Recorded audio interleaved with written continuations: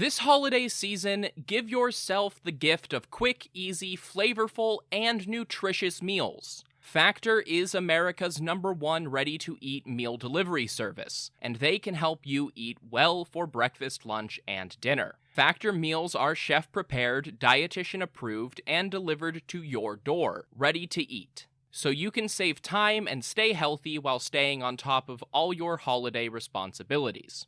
Cross meal prepping off your to-do list with 35-plus fresh, never-frozen meals that are hot and ready in just 2 minutes. Factor offers options to fit your lifestyle and preferences, whether it's calorie smart, vegan and veggie, or their protein plus option. This December, get Factor and enjoy eating well without the hassle. Just choose your meals and enjoy. Head to factormeals.com/Persia50 and use code Persia50 to get 50% off. That's code Persia50 at factormeals.com/Persia50 to get 50% off. This podcast is brought to you by Royal Fratricide. Attention, princes and kings! Does your empire have 1 million or more subjects? Do you feel like you would do a better job of leading the wayward masses than your idiot brother? Or perhaps you know that he has no right to rule because you were born at a better point in your father's life. Well then, I have a deal you can't pass up. Royal Fratricide. Simply attach 1 bottle of fratricide to the end of your spear and apply it liberally to any siblings you think might threaten your ability to claim the throne. Whether they have your father's favor, a cohort of annoying priests, or just bother you sometimes, Royal Fratricide will secure your position in the history books. Go to historyofpersiapodcast.com/Royal Fratricide and use promo code BROTHERS to get 10% off your kingship today. Royal Fratricide does not take responsibility for any coups, plots, or usurpations resulting from use. This ad is to be considered parody. Hopful Media does not endorse X sides of any sort. Please stab responsibly. History of Persia is a Hopful Media podcast production. This show is sponsored by BetterHelp Therapy Online. Life doesn't come with a user manual, so when life stops working for you, it's pretty normal to feel stuck. Imagine somebody who spent, say 25 years being really distracted, overwhelmed by clutter, and fluctuating between being really into obscure ancient history and not being able to find the motivation to do the dishes. That person is me, and apparently, if there were a user manual to life, it might have told me that I have ADHD and should talk to my doctor about that. Therapists are about as close to a manual as we can get.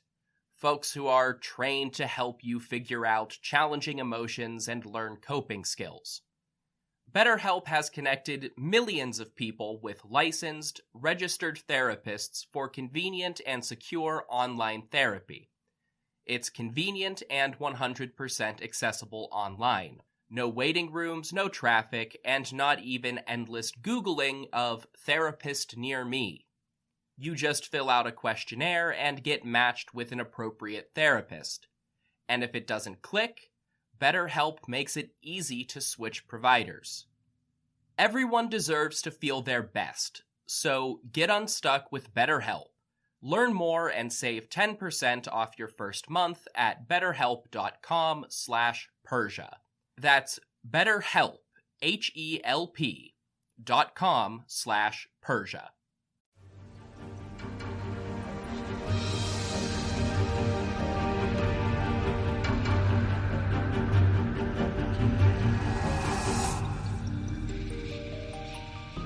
Hello everyone, welcome to the History of Persia, episode 74, the Temple of Yahweh.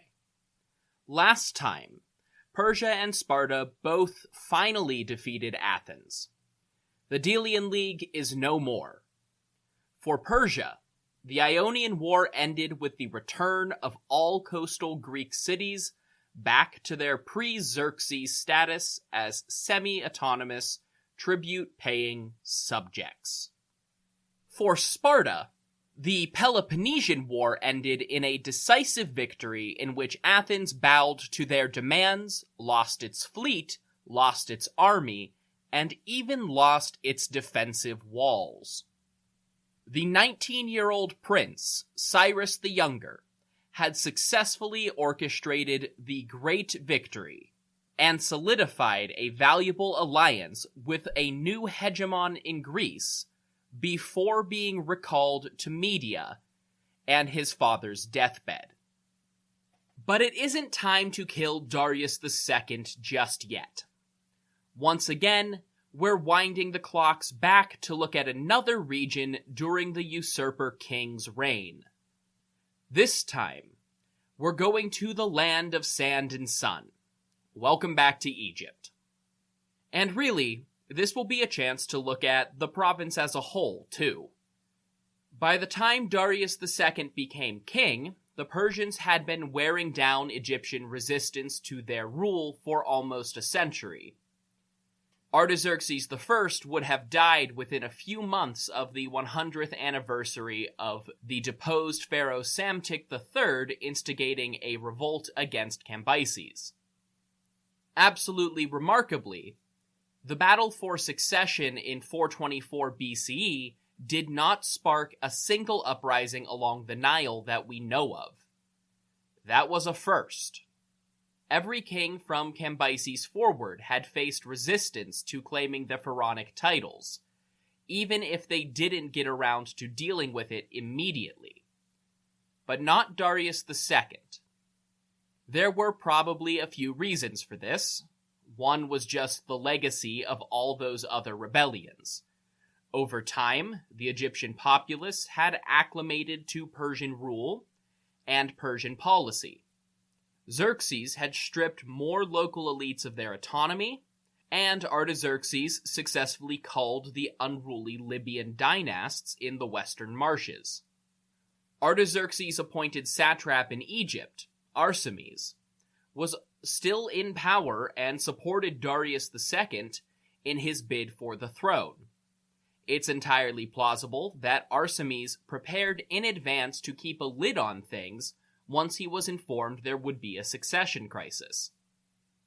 Ochus must have prepped his allies well in advance. The other factor, in 424 and 423, may have been an ongoing plague. The Plague of Athens, which had ravaged the Greek city in waves from 430 to 426, reportedly originated in Nubia and Egypt. That's plausible. In the early years of the Peloponnesian War, Athens was entirely reliant on imported grain, and Egypt would be one of the chief providers. Imports also flowed from elsewhere, but the Athenians would have been aware of events in Egypt. Based on the timeline and the effects in Athens, the plague would not have been active in 424, but Egypt's population was probably still recovering. The first half of Darius II's reign in Egypt reflects a very similar pattern to his immediate predecessors. That is to say, there's just not much there. Darius I left his stamp all over Egypt in the form of statues, dedications, and building projects with his name on them.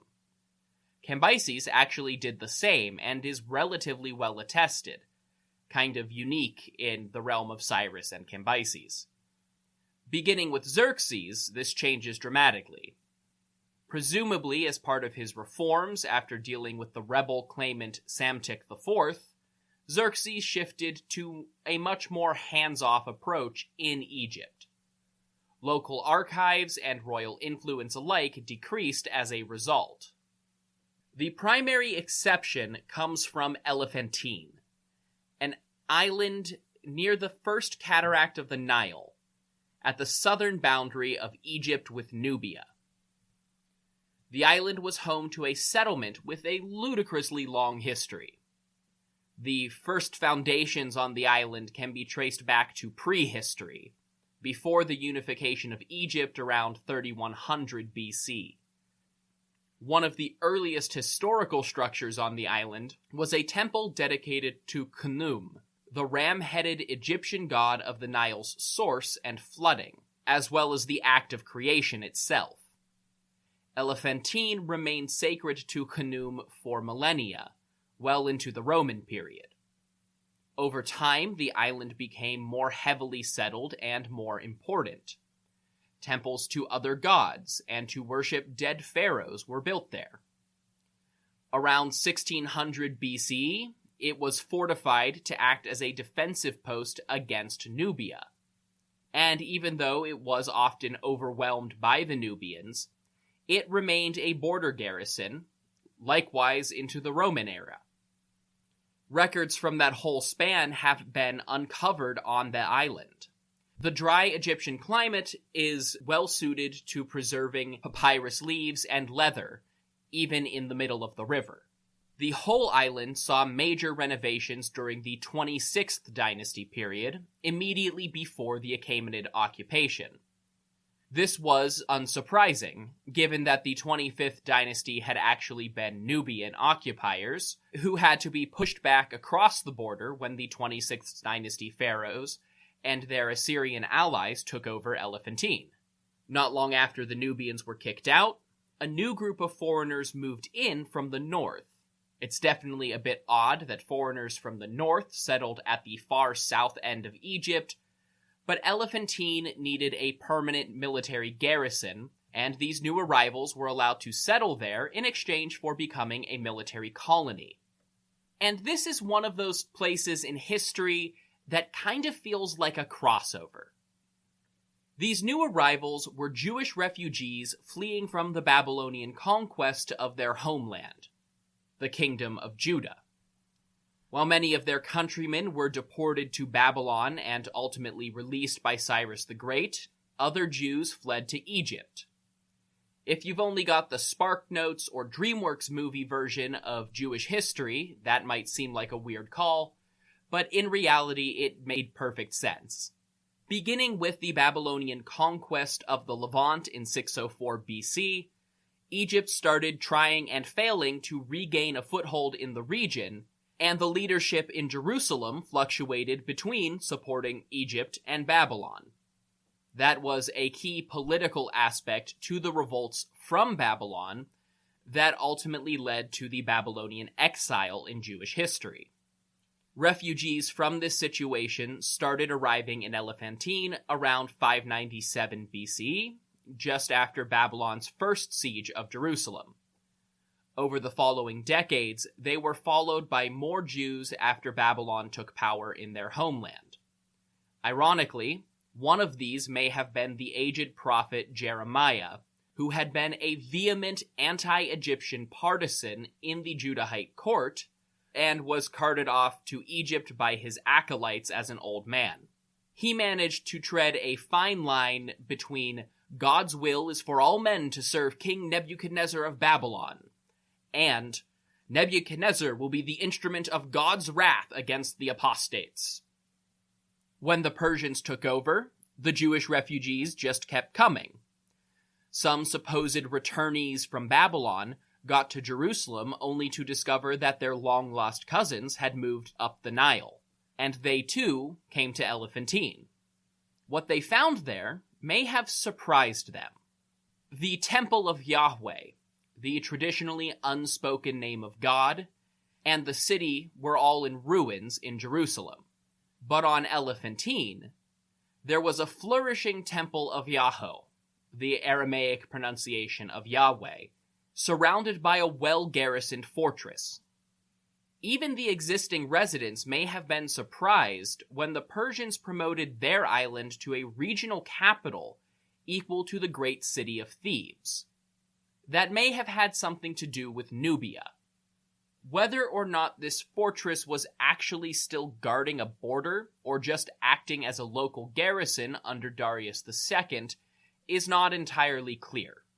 Back in 524 BC, Cambyses had conquered the northern part of Nubia, at least to the second cataract of the Nile, and possibly even further south. The timeline of independent Nubian kings during the Achaemenid period is not very clear, but sometime just before or just after Darius II's reign, the Nubian king Harsiotef campaigned against Egypt. Given how this episode will end, I'd guess after. If it was after, that means the Persians still controlled a buffer in northern Nubia as an extension of Egypt, which was probably governed from Elephantine. It's just as poorly documented, but we can reasonably assume that the same arrangement still held in Cyrenaica and the Greek cities of Libya too. The Greek Pentapolis around Cyrene was always semi-independent so long as they paid their tribute, and when they deposed their king in favor of a republic under Artaxerxes I, it doesn't seem to have altered their allegiance with Persia at all. In 413 BC, they spontaneously allied with Sparta and started sending ships to the Peloponnesian fleet. One can probably assume that that was another level of Persian meddling. Back in Egypt proper, that garrison and their temple to Yahweh provided a valuable source of records for daily life in the Achaemenid period, and in exilic Judaism. On one hand, the Elephantine garrison was in regular correspondence with the local satrap regarding funding and clarification for various projects and maintenance. In the reign of Darius II, one of satrap Arsames' riverboats, docked in Elephantine, needed its whole deck replaced, but the garrison was not approved to spend that much money on routine maintenance. They had to ask for more funds. Also, strictly speaking, nobody called him Arsames the satrap of Egypt.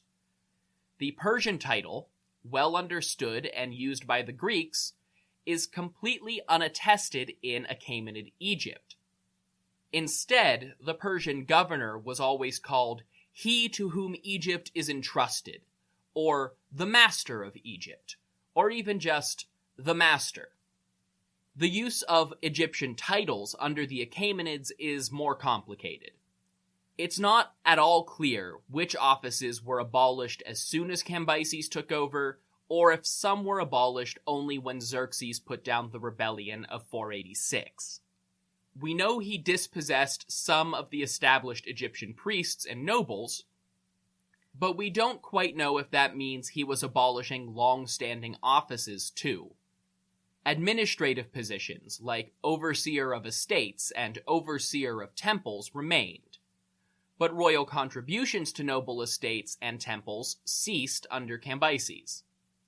Some priestly offices, like the god's wife of Amun, traditionally held by Egyptian princesses, ceased under the Persians.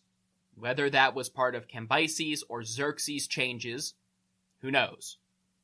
Most of the traditional court offices and noble titles were abandoned or severely diminished, which partially reflects the Persianization of the satrap's court, which no longer followed Egyptian traditions in private. The titles that just became less common probably reflect the slow disenfranchisement of hereditary Egyptian nobles after each rebellion. The Persians certainly seem to have been concerned with how expensive Egyptian institutions were for the pharaohs, because they kept all of the offices that monitored how much money they had access to, and scrapped all of the offices that received royal funds. Speaking of temples, in 419 BC, the Elephantine Temple of Yahweh was in correspondence with both the quote-unquote proper Jewish community leaders in Jerusalem and the Samaritan community to their north to calculate the correct days for the annual holidays and the leap dates in the Jewish calendar. While this seems like a purely Jewish affair, or Jewish and Samaritan, at least one correspondence directly involved Arsames. The leader of the Elephantine garrison community at the time was Yeraniah. His records serve as a valuable source for the events on the island under Darius II. In 419, he received a letter from Hananiah. a representative from the Samaritan temple to calculate and direct the celebration of the high holidays. This letter was about Passover, and interestingly, it's mostly instructions on how to celebrate it. You'd think that a Jewish community would be aware of that. But one valid reading of this, and the books of Ezra and Nehemiah, is that not everybody who celebrated Passover had the same practices up to this point. The famed reformers, Ezra and Nehemiah themselves, spent a lot of their time formalizing and systematizing parts of the Torah and interpretations of Jewish law. Depending on your reading of their Bible books, they've either just finished their reforms or haven't quite started them yet. Either way, the process of bringing the Jewish diaspora into line with a precise system of celebrating Passover was just barely underway. And the fact that Yedoniah was communicating with the Samaritan temple in this matter might suggest that those two groups were more in line at the time. But part of this letter also establishes that instructions regarding the celebration of Passover were sent to Arsames by Darius himself. That seems improbable. The idea that the Jerusalem temple sent instructions for Jewish holidays to the satrap of Egypt could make more sense. The same could be true of the Samaritan temple. Arsames was in charge of dispersing funds and supplies to temples in Egypt, probably including the Jewish one in Elephantine. Since the Jerusalem temple was trying to take more direct control of how all Jews worshipped and celebrated, they might have been trying to call the shots. And to counter that, their local rivals in Samaria would have been doing the same. Ironically, the Jerusalem temple itself was still not complete.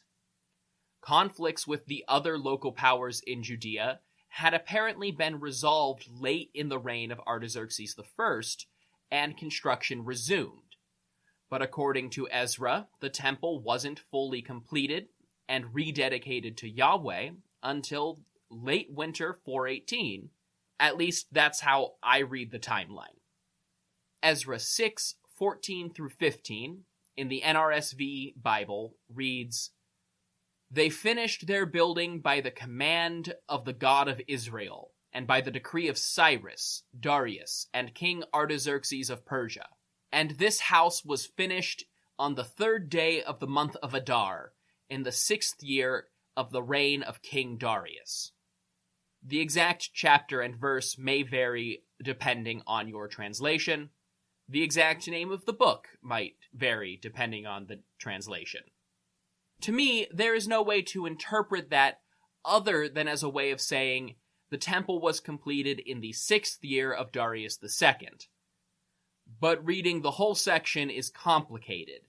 This line is at the end of a chapter dealing with Darius the Great, but you quite simply can't attribute something to a decree from Artaxerxes if it was finished decades before he was born.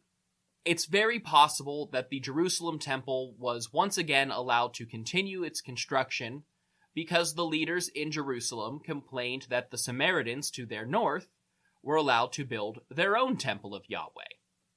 And I guess I should explain who the Samaritans are real quick, since they're pretty important to understanding at least Achaemenid Judea. The Samaritans, according to their own tradition, are the Israelite and Judean Yahweh-worshipping monotheists who stayed in Israel, with its capital city at Samaria, after the Babylonian and Assyrian deportations. They still exist today as a very small ethnic group in Israel with some 840 members. Historically, calling the northern kingdom Israel seems like either Judean wishful thinking or some internal Jewish formality. The rest of the world called the northern kingdom Samaria, or sometimes the lands of the house of Omri. Omri was, according to the Bible, the first king in a dynasty that stole power in Samaria away from the descendants of David and Solomon. Beginning in the 5th century BC, a brutal rivalry started up between the Jews and the Samaritans. Even as the Jerusalem temple faced roadblocks, the Samaritans quickly built their own temple on Mount Gerizim near Samaria.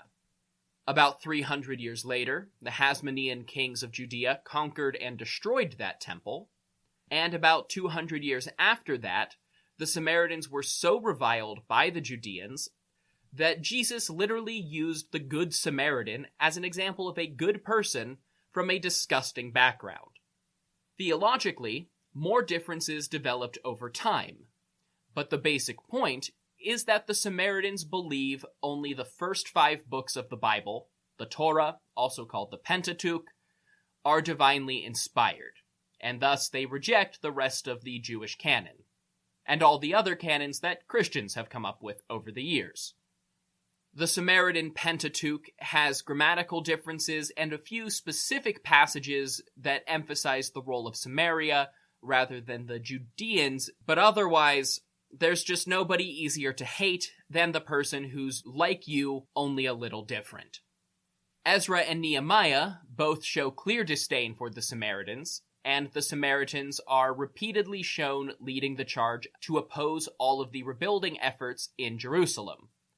But you also have to remember that Ezra and Nehemiah were both ideologues who constantly condemned everyone around them for flirting with their neighbors. Even within their own books, not to mention the Elephantine letters, it's very clear that the Samaritans and Judeans were interacting a lot more than either side would admit just a few generations later. And I'll cover more about all of this when I get to Artaxerxes II.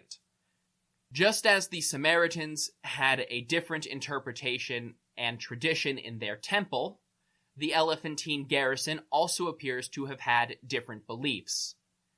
In this case, they may have been shockingly outside the norms of their more solidly monotheistic cousins up north.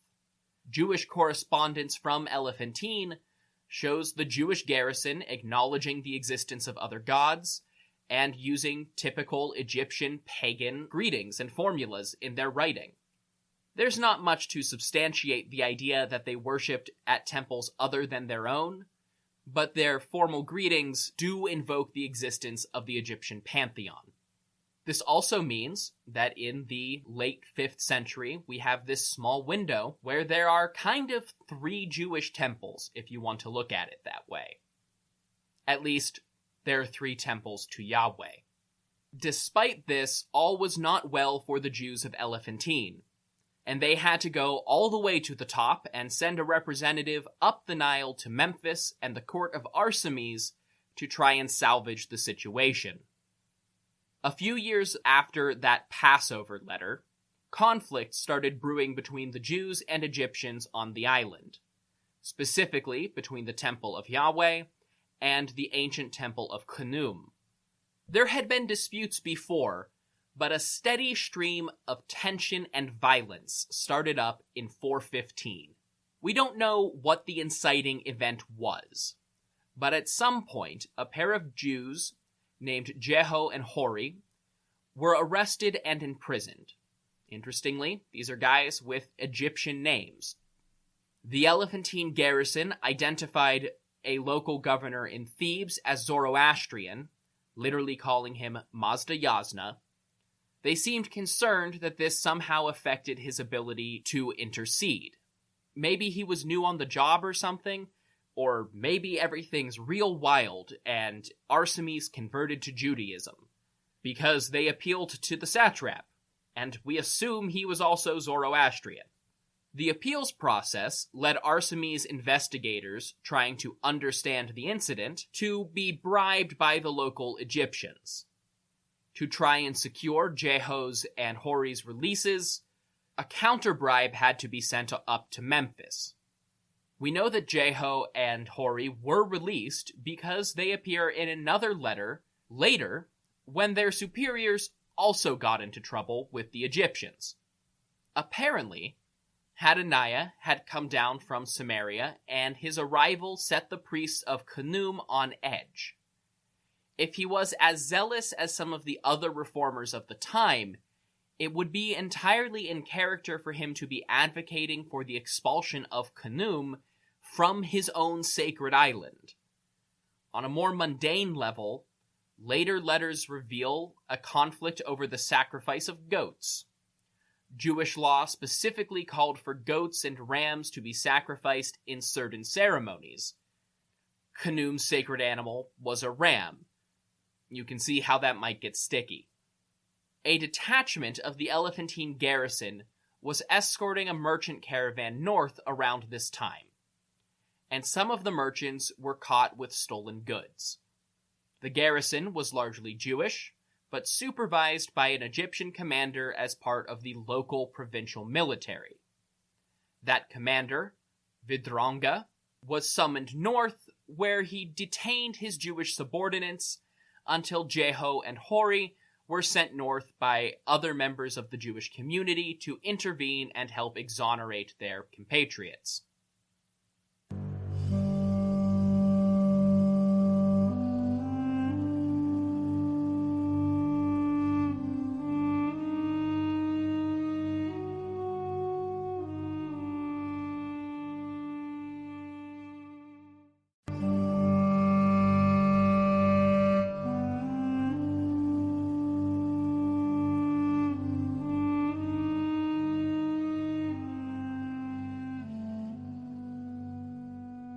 Of all the so-called Elephantine papyri from Darius II's reign, the most interesting to wider Persian... It's coming. Your first 3-day weekend of the year. It's time you started taking your time off seriously. You already spend your week running around. Don't waste a long weekend running errands. Drizzly, the go-to app for drink delivery, helps ensure that you spend your free time the way it was meant to be. Download the Drizzly app or go to drizzly.com today, and you can compare prices on their huge selection of beer, wine, and spirits. Must be 21 and over. Not available in all locations. History has got to be the Aramaic Behistun inscription. Though several other pieces of Aramaic translations of Darius the Great's mighty monument have been found, the first fragment identified as such was issued by Darius II and found in Elephantine. Based on comparison with the text of the monument, it seems increasingly likely that the message was first written in Aramaic and then translated into other languages, or at the very least written in Aramaic and Elamite simultaneously. Darius II had many reasons to reissue the text of the inscription. In a very simple sense, it was the 100-year anniversary of Darius the Great coming to power. But of course, political layers don't stop. Ochus chose to become Darius II deliberately, consciously, and invoking parallels between himself and his great-grandfather.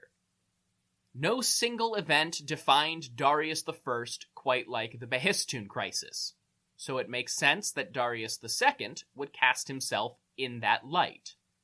And then, I literally called the man Darius Do-Over. Much like the original Darius, Darius II faced down rebels all across his empire, and with the aid of Ahura Mazda, he sent forth generals to crush this opposition. The Behistun message was a way of invoking those victories and punished rebels as an analogy for more recent civil wars. This commemorative edition would have circulated throughout the empire. Egypt just has a good climate for preserving that sort of thing. The rest of Egypt is almost entirely silent for the first 2/3 of Darius II's reign. No inscription or monuments were dedicated in his name, save for maybe one, which is, frankly, more than either Xerxes or Artaxerxes has to show. The great Temple of Hibis, in central Egypt at the Karga Oasis, was dedicated to the god Amun. It underwent major renovations under the Achaemenids, with many cartouches identifying the royal patron as Darius. Traditionally, this has been understood as Darius I. However, that doesn't entirely align with the evidence. Many other cartouches are blank, usually a sign of political unrest, and that the patron wasn't in power anymore when the project was finished. And we'll get to that. There's also exactly one example of a Horus name that doesn't mesh with Darius I. Put simply, Egyptian royal names are wildly overcomplicated. They have 5 components, and one is the Horus name. This is different from the given name or the throne name that we usually identify the pharaoh with. That's the one I include as part of the royal titles when a king dies. The Horus name is a separate identifier, and Darius I's was Werneb Meri Shemo.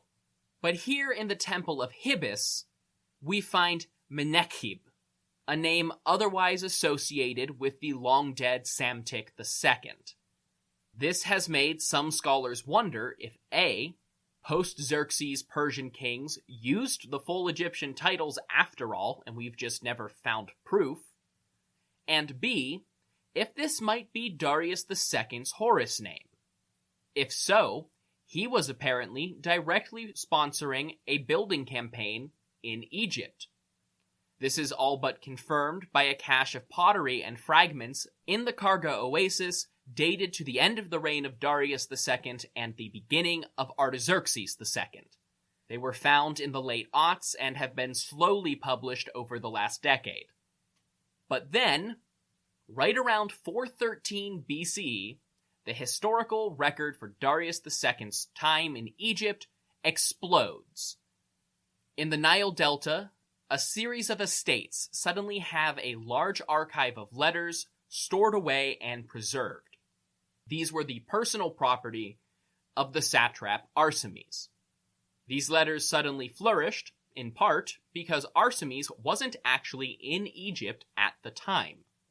After about 40 years of loyal service as a satrap, and a decade of supporting Darius in the power struggles of the 420s, Arsames was able to get a vacation.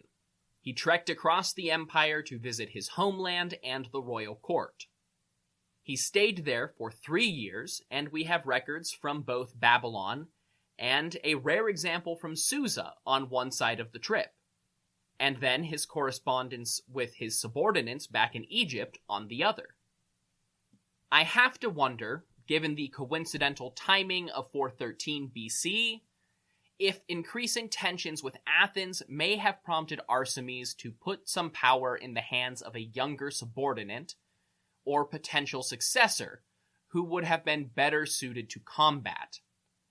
At this point, Arsames had to be an old man, in his 60s at least. He certainly wouldn't have been the right choice to command the navy if it came to that. In his stead, a man named Artavant began acting as satrap, plausibly Arsames' own son.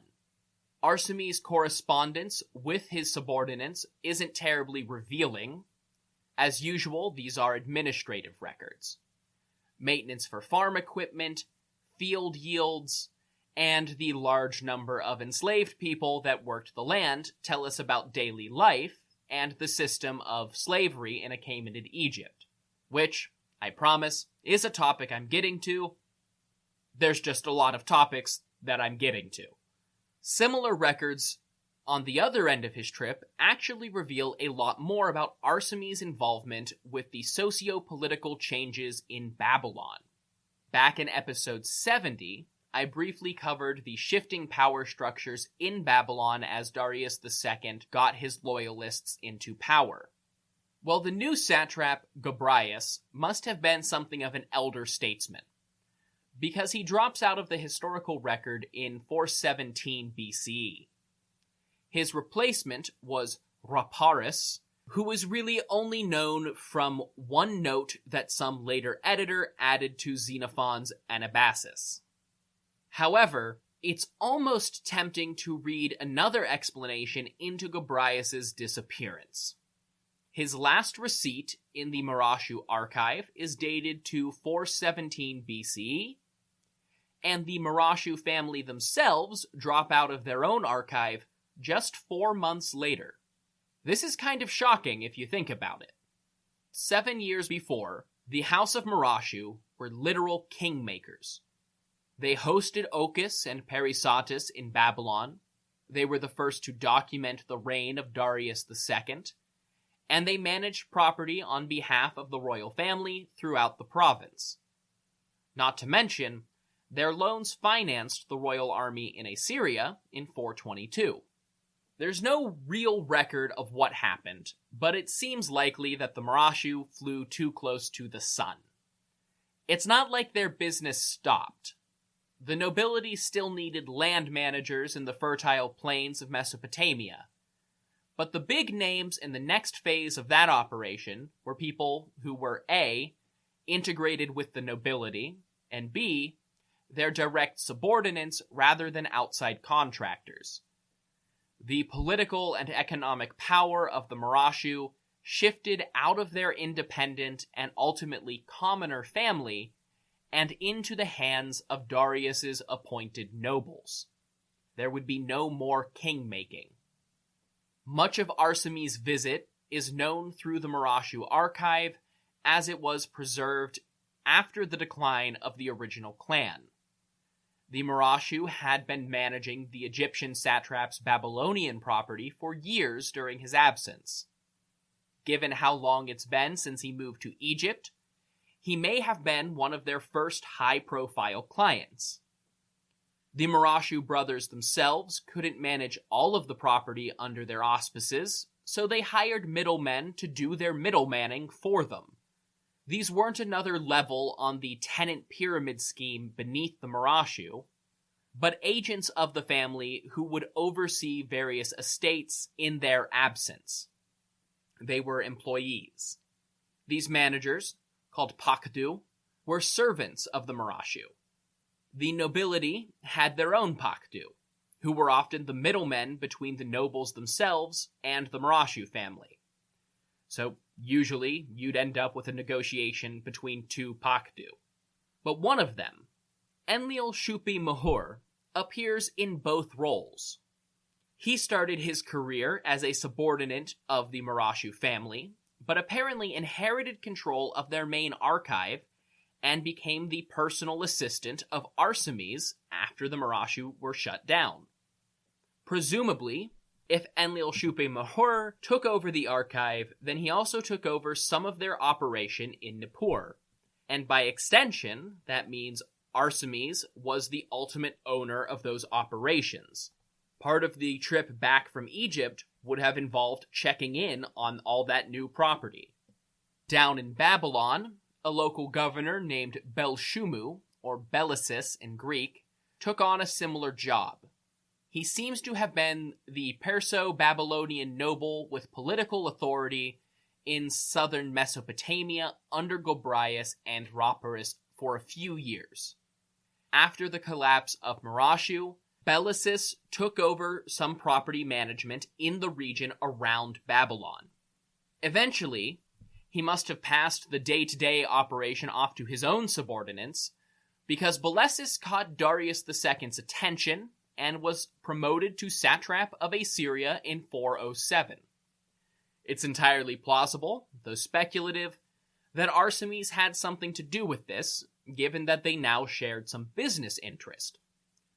Plus, it would be reasonable for Arsames, as ruler of Egypt, to have interest in his immediate neighbor in Assyria, especially after all of the trouble caused by the last few satraps in that province. But no sooner did Arsames arrive in the royal court than he started receiving troubling news from southern Egypt. The conflict between the priests of Khnum and the priests of Yahweh in Elephantine was escalating in his absence. It started with more of the same. 5 Jewish leaders and their families were in Thebes. We don't really know why. Could have been a shopping trip, simple travel, or even returning from Jerusalem. For some reason, they were found trespassing and stealing. Whether that's true or trumped up, again, who knows? They were slapped with a hefty fine, detained, and sent south to be imprisoned at Elephantine by their own commander.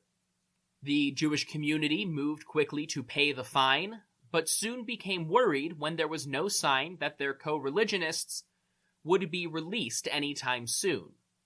Their former commander, Vidranga, had since become chief of all troops in the region, so they went to his base in the nearby city of Syene to appeal the case.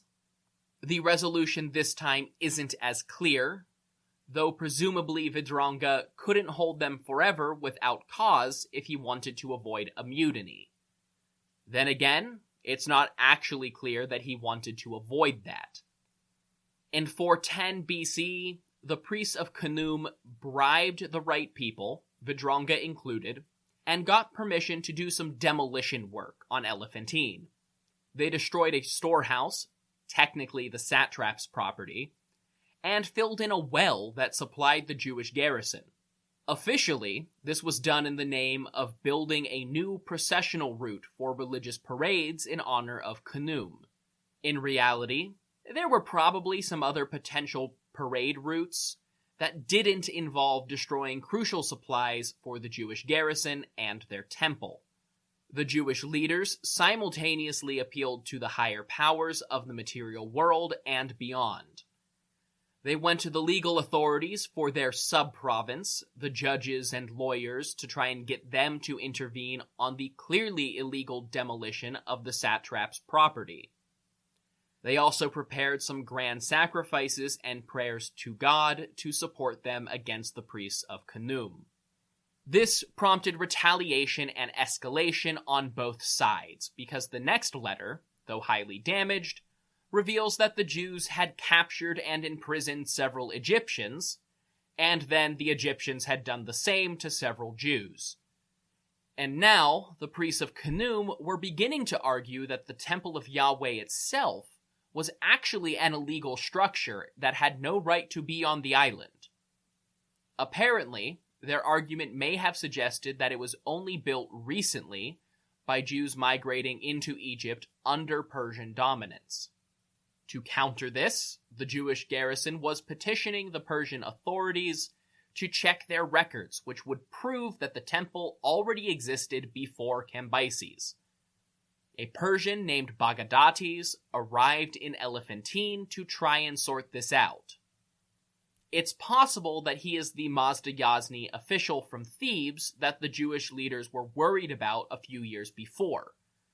Regardless of what Bagadates said or found in the records, it didn't do much.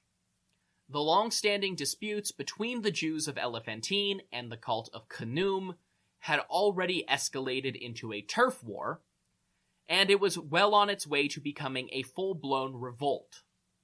The priests of Khnum bribed Vidranga to authorize action against the Jews. Vidranga accepted the bribe and tasked his son, Nephina, with leading the Egyptian and Persian troops in the nearby garrison of Syene against the Jews at Elephantine. Their mission, per the request of the god Khnum, was to destroy the Temple of Yahweh for good. Strictly speaking, Nephina was the troop commander for Elephantine, and was thus marching against his own men. The archive of letters where we find this story does come from the official correspondence of the Jewish leader Yedaniah with the likes of Arsames himself.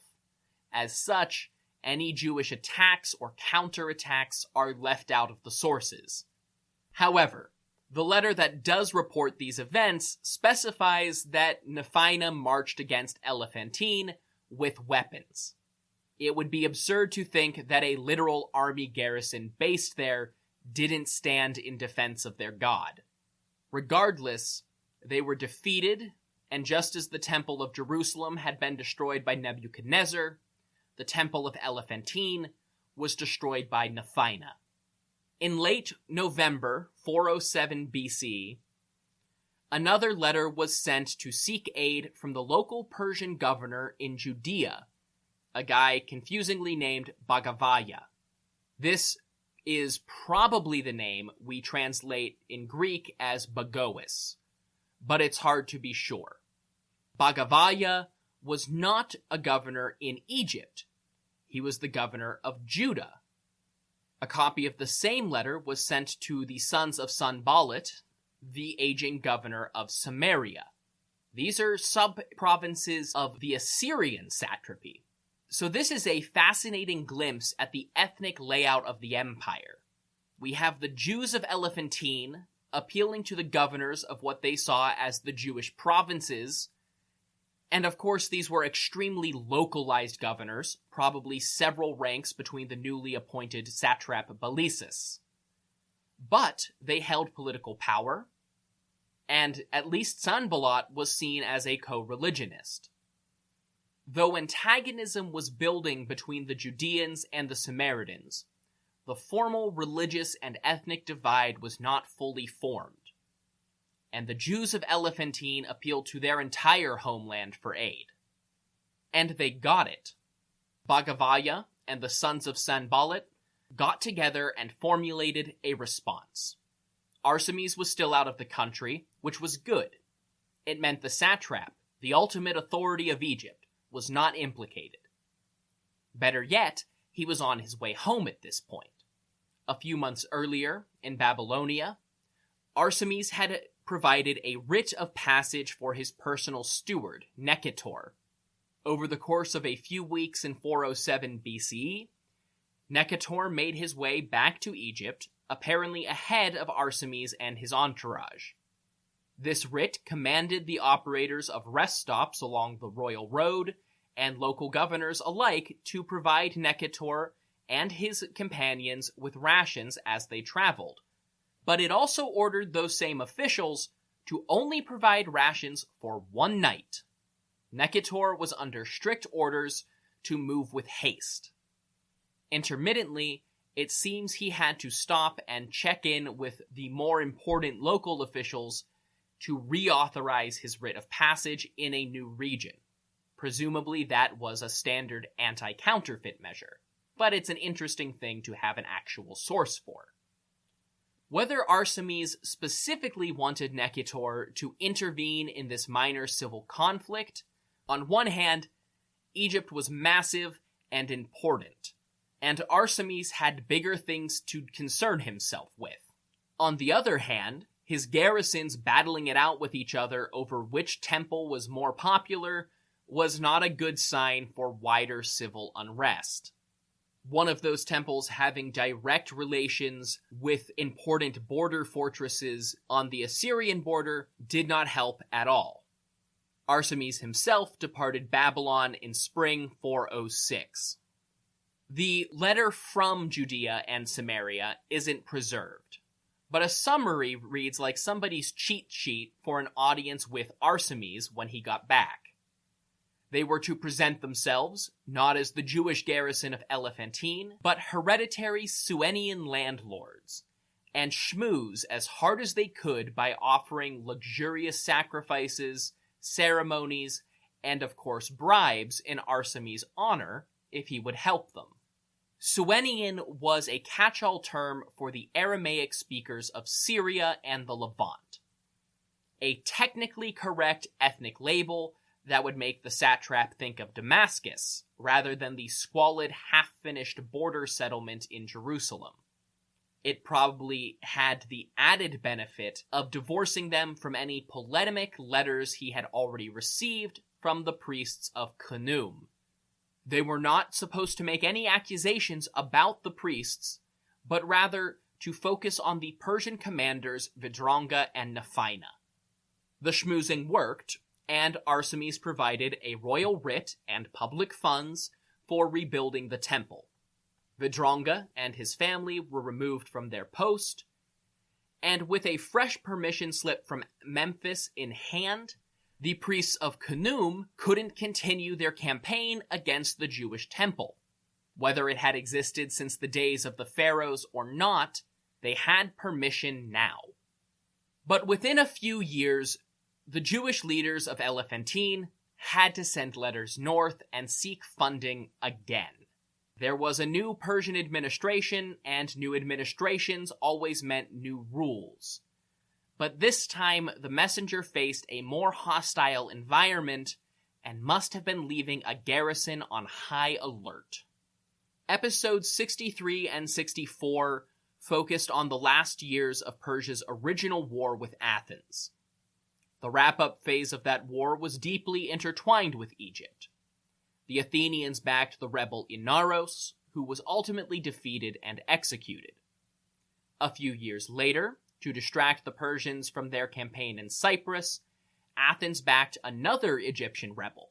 That was Inaros's one-time co-conspirator Amyrtaeus, the so-called King of the Marshes. The revolt of Amyrtaeus from 452 to 451 was minor, but bloody enough for Herodotus to identify him as one of the most destructive rebels in Persian history. Despite this, Inaros's son, Phanerus, and Amyrtaeus' son, Posiris, were both allowed to live and have sons of their own. Somewhere in there was at least one more Psamtik V, who provided grain to Athens in the 440s. Diodorus Siculus identifies another person named Psamtik as playing rebel in the 5th century. Nobody else makes that identification, and Diodorus is not perfectly reliable by any stretch of the imagination. It's almost definitely not a regnal name. Some scholars have suggested that to try and add up to 6 Psamtiks, but at least 4 of the previous ones were all given names. The real rebel leader in the late 400s was Amyrtaeus, the son of Posiris, and grandson of his own namesake. He was now the leading figure in Egypt's anti-Persian movement, and not long after Arsames' return, word began to filter down into Egypt that Darius II was sick. The king was dying. The Egyptians were also acutely aware that Cyrus the Younger had been wielding absolute authority in the Aegean, but he was now on the move, headed for Ecbatana. The scent of a power struggle was already on the air, and much like their counterparts in Mesopotamia and Anatolia, the people of Egypt had been carrying the tax burden for dynastic infighting since the time of Artaxerxes I, and it only ever got worse. As one of the main sources for the Persian fleet, the Egyptians no doubt had to support naval readiness, even when it was clear that Persia's ships would never actually deploy. To top it all off, Arsames was also old, in his early 70s, and he drops out of the historical record in 406. Whether he died, or just the archives we have are cut out, it's hard to say. But the moment was definitely right. Amyrtaeus had now emerged as the de facto leader of the Libyans in the western marshes, and they were always ready to form the core of a small army.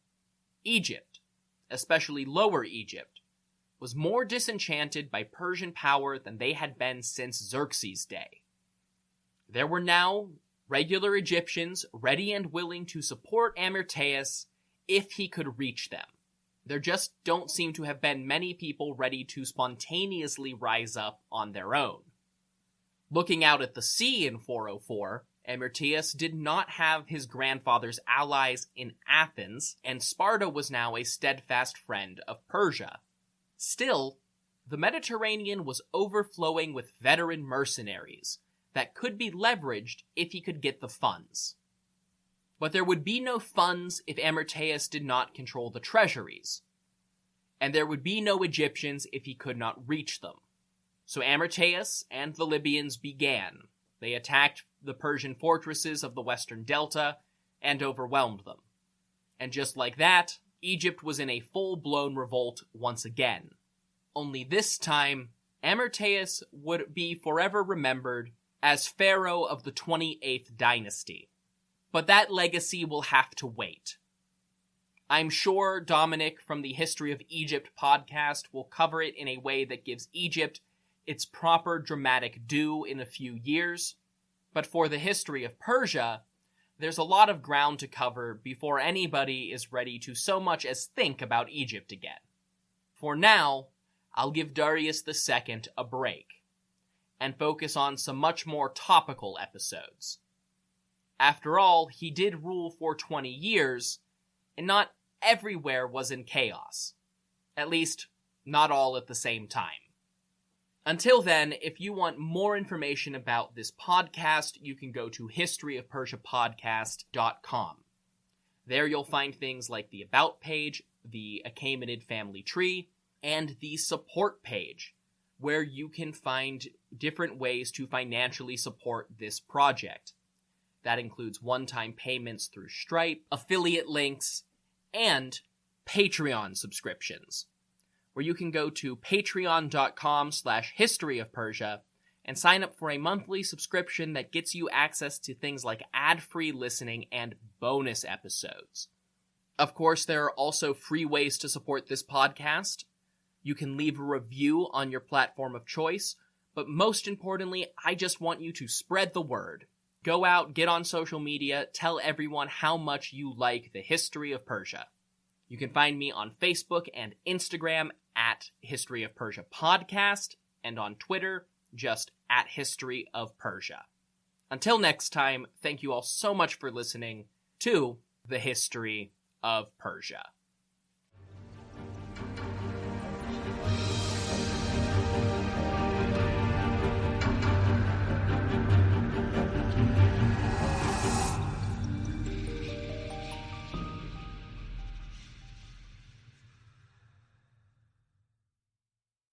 This podcast is brought to you by Royal Fratricide. Attention, princes and kings! Does your empire have 1 million or more subjects? Do you feel like you would do a better job of leading the wayward masses than your idiot brother? Or perhaps you know that he has no right to rule because you were born at a better point in your father's life. Well then, I have a deal you can't pass up. Royal Fratricide. Simply attach 1 bottle of fratricide to the end of your spear and apply it liberally to any siblings you think might threaten your ability to claim the throne. Whether they have your father's favor, a cohort of annoying priests, or just bother you sometimes, Royal Fratricide will secure your position in the history books. Go to historyofpersiapodcast.com/Royal Fratricide and use promo code BROTHERS to get 10% off your kingship today. Royal Fratricide does not take responsibility for any coups, plots, or usurpations resulting from use. This ad is to be considered parody. Hopeful Media does not endorse X sides of any sort. Please stab responsibly. This podcast is brought to you by Royal Fratricide. Attention, princes and kings! Does your empire have 1 million or more subjects? Do you feel like you would do a better job of leading the wayward masses than your idiot brother? Or perhaps you know that he has no right to rule because you were born at a better point in your father's life. Well then, I have a deal you can't pass up. Royal Fratricide. Simply attach 1 bottle of fratricide to the end of your spear and apply it liberally to any siblings you think might threaten your ability to claim the throne. Whether they have your father's favor, a cohort of annoying priests, or just bother you sometimes, Royal Fratricide will secure your position in the history books. Go to historyofpersiapodcast.com/Royal Fratricide and use promo code BROTHERS to get 10% off your kingship today. Royal Fratricide does not take responsibility for any coups, plots, or usurpations resulting from use. This ad is to be considered parody. Hopeful Media does not endorse X sides of any sort. Please stab responsibly.